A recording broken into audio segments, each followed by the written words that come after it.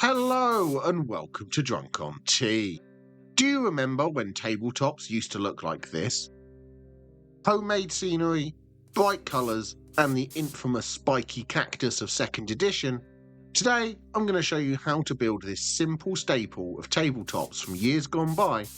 So grab your cocktail sticks and glue and join me as I bring the scenery of 2nd edition 40k up to date and ready for the battlefields of 10th edition and beyond.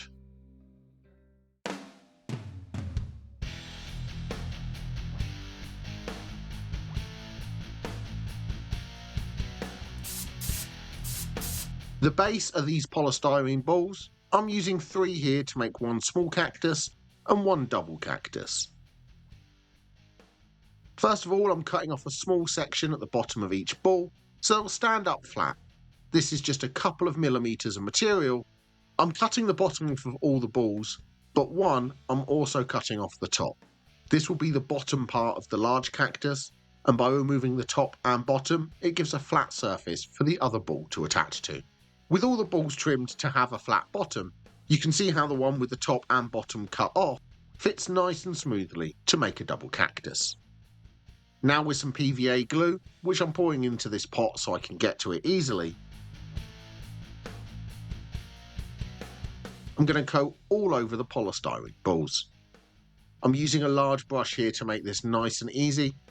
I've stuck a couple of cocktail sticks into the bottom of the balls so they're easy to hold onto and I don't get glue all over my fingers. I'm making sure I coat all of the outside of the balls with some glue. This will make the polystyrene a bit stronger, as well as allow me to coat them in sand in the next step. Now I'm dipping the balls into sand. This is going to coat the balls, adding some texture to them, which will make them look a lot better on the table, rather than just being painted polystyrene balls. I'm making sure I coat all of the outside of the balls with some sand. This sand is quite fine, but any sand will work. If it's a bit more coarse, it just means you'll have some slightly more textured cacti. Once dried and all of the balls are coated in some sand, I'm going to glue 2 of them together to make the double cactus. I'm applying some PVA glue to the top of the ball that I removed the top and bottom from, spreading this out with a cocktail stick so all the surface is covered.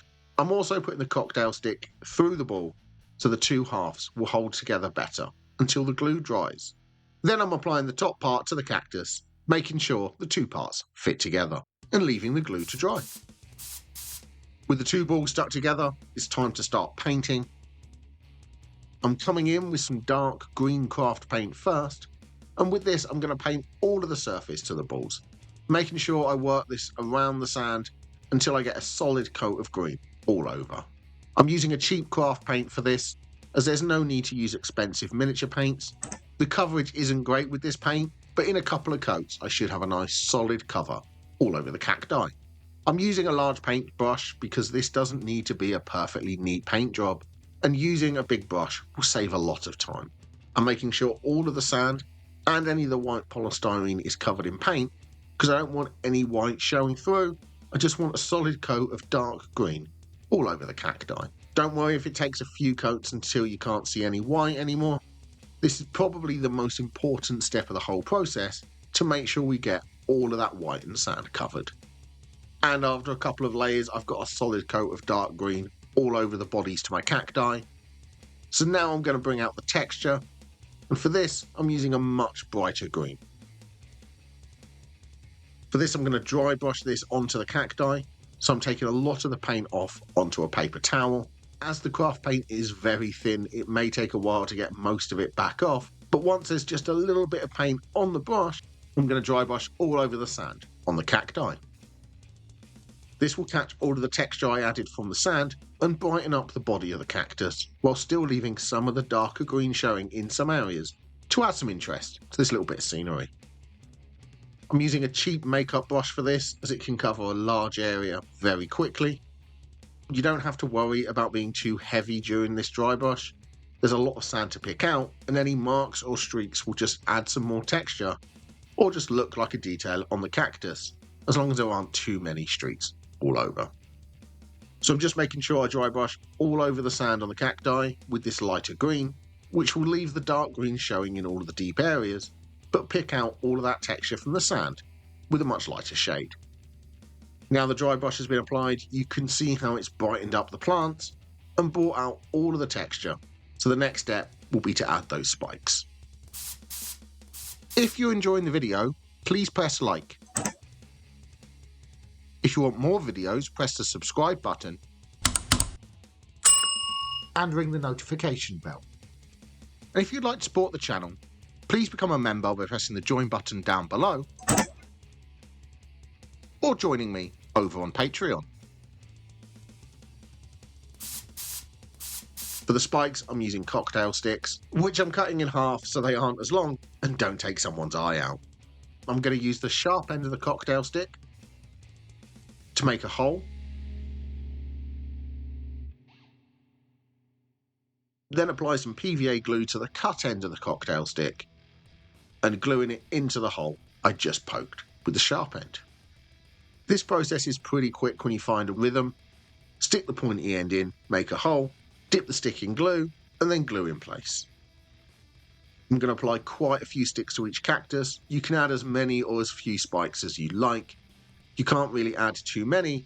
Just keep on adding cocktail sticks until you have an amount of spikes that you're happy with.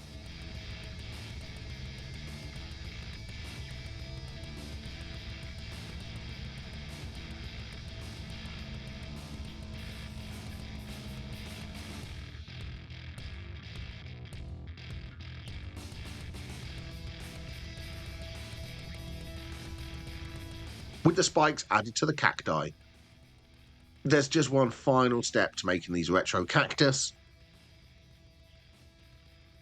And for this, I'm using red craft paint, and I'm going to paint all over the spikes I just applied to the cactus. As the cocktail sticks are wood, it may take a couple of coats until you get a solid coat, as sometimes the wood will absorb a lot of paint, leaving the first coat a little dull.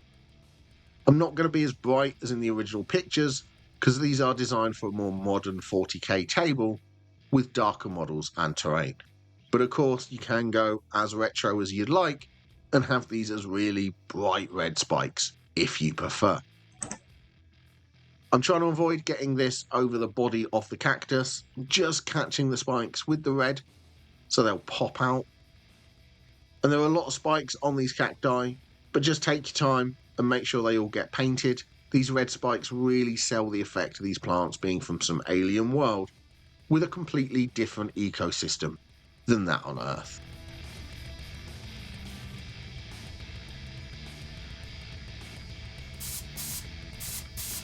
And after the spikes are painted, it's added that pop of colour to the cacti, and now they're ready to add to the tabletop and bring some retro flair back to your games of Warhammer 40,000.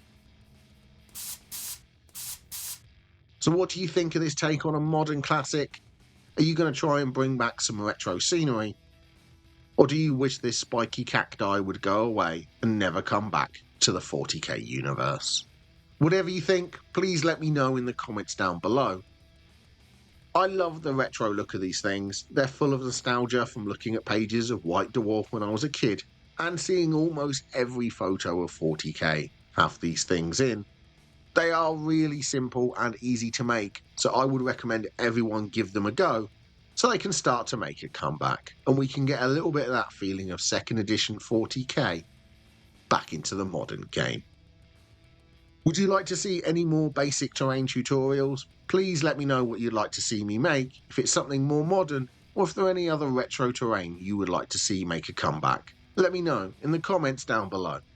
And thank you very much for watching. Please don't forget to leave a like and subscribe, and happy painting!